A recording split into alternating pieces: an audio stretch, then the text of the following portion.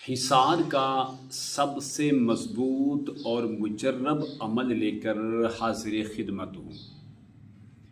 حصار اپنے کاروبار کے کرنا چاہتے ہیں، حصار اپنے گھر کا کرنا چاہتے ہیں، حصار اپنے جسم کا کرنا چاہتے ہیں۔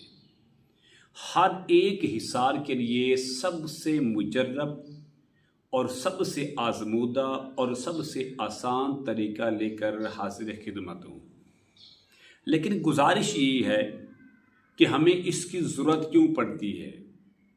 آخر کیا وجہ ہے کہ ہمیں بار بار اپنا حصار کرنا پڑتا ہے؟ آخر کیا وجہ ہے کہ ہمیں بار بار اپنے گھر کی حفاظت کے لیے حصار کرنا پڑتا ہے؟ آخر کیا وجہ ہے کہ اپنے کاروبار کو بچانے کے لیے ہمیں بار بار حصار کا سہارا لینا پڑتا ہے؟ یہی وجہ ہے۔ ہم نے آج اس وجہ کو معلوم کرنا ہے کہ جس کی وجہ سے ہمیں بار بار یہ حصار کرنا پڑتا ہے، اپنے جسم کا، اپنے مال کا، اپنے کاروبار کا، اپنے گھر والوں کا، اپنے مکان کا حصار کرنا پڑتا ہے۔ تو اس کی کیا وجہ ہے؟ تو آج کی ویڈیو کے اندر آپ کو میں 2 چیزیں بتاؤں گا کہ جس کی وجہ سے ہمیں بار بار یہ حصار کرنا پڑتا ہے۔ عمل کیا ہے؟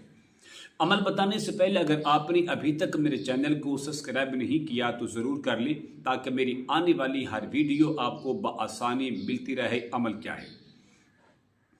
عمل بتانے سے پہلے آپ سے میں 2 باتیں عرض کر دیتا ہوں۔ حصار ہمیں بار بار کیوں کرنا پڑتا ہے؟ نمبر 1، ہم نے قرآن کی تلاوت کرنا چھوڑ دی، جس کی وجہ سے ہمیں بار بار اپنا اور اپنے مال کا اور اپنے گھر کا حصار کرنا پڑتا ہے۔ دوسری وجہ جس کی وجہ سے ہمیں بار بار حصار کرنا پڑتا ہے وہ ہے نماز۔ ہم نے اپنے گھروں سے نماز بھی ختم کر دی اور اپنی زندگی سے ہم نے قرآن کریم کی تلاوت کرنا بھی چھوڑ دی۔ تو پھر یاد رکھیے، یہ وہ 2 چیزیں ہیں جو ہمیشہ آپ کی حفاظت کرتی ہیں، ہمیشہ آپ کے گھر کو محفوظ رکھتی ہیں، ہمیشہ آپ کے گھر کی رکھوالی کرتی ہیں، ہمیشہ آپ کے لیے خیر و برکت کا بہترین ذریعہ بنتی ہیں۔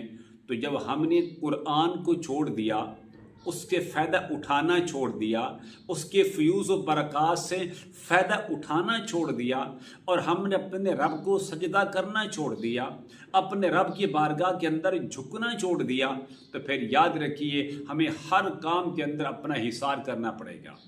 پھر دشمن کا بھی ڈر ہوگا، ہمیں اپنے ہمسایوں کا بھی ڈر ہوگا، اپنے مال کے چوری ہونے کا بھی ڈر ہوگا، ہمیں ہر طرح کے جو ڈر ہیں وہ پھر ہمیں ستائیں گے۔ تو پھر ہمیں بار بار یہ حصار کرنے پڑیں گے، بار بار اپنے گھر کی حفاظت کے لیے، مال کی حفاظت کے لیے ہمیں یہ سب کچھ کرنا پڑے گا۔ میں آپ کو ایک دعوت فکر دیتا ہوں، آپ یہ 2 کام کریں، آپ کو حصار کرنے کی ضرورت نہیں پڑتی۔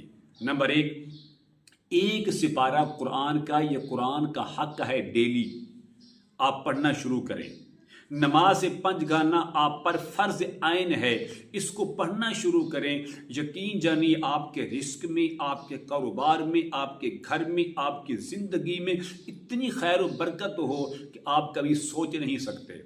اللہ تبارک و تعالی آپ کی زندگی کے اندر اتنا سکون پیدا کر دے، اتنا راحت پیدا کر دے کہ آپ کبھی سوچ نہیں سکتے۔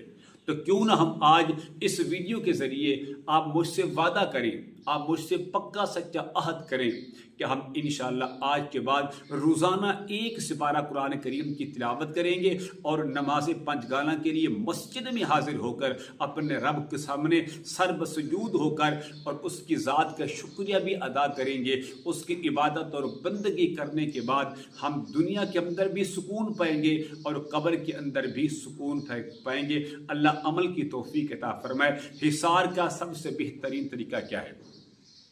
اس کا بہترین طریقہ یہ ہے کہ آپ نماز فجر کے بعد اس حصار کو کریں اور نماز عشاء کے بعد اس حصار کو جاری رکھیں۔